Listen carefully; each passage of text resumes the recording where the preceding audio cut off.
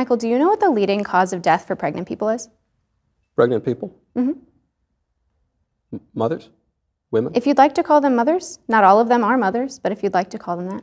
What are they if they're not mothers? They're pregnant people. What people other than mothers are pregnant? Does it bother you to use inclusive language? Well, it's just interesting because I prefer to use precise language. It's interesting because you come into this conversation, trying to hold this moral superiority, but then I try to be moral when I can, but Right, but when I use inclusive language, which it only takes a couple extra syllables to use inclusive language, to include and who? It seems to include people who don't, identify as women but can become pregnant. So, like a person who's born a woman and then identifies as a man and is pregnant. Yeah.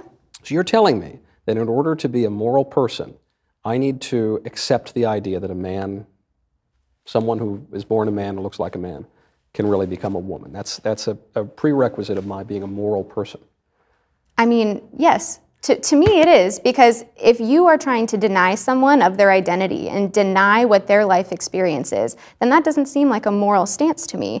I want to be accepting and I want to respect people's life experiences and respect the way that they want to identify and respect the way that they want to present themselves to the world. Bronte, I would like to identify, I do identify actually, as the correct person on this issue of abortion. Okay. I identify as being correct and more correct than you on this issue. And I would just ask that you accept and affirm my identity.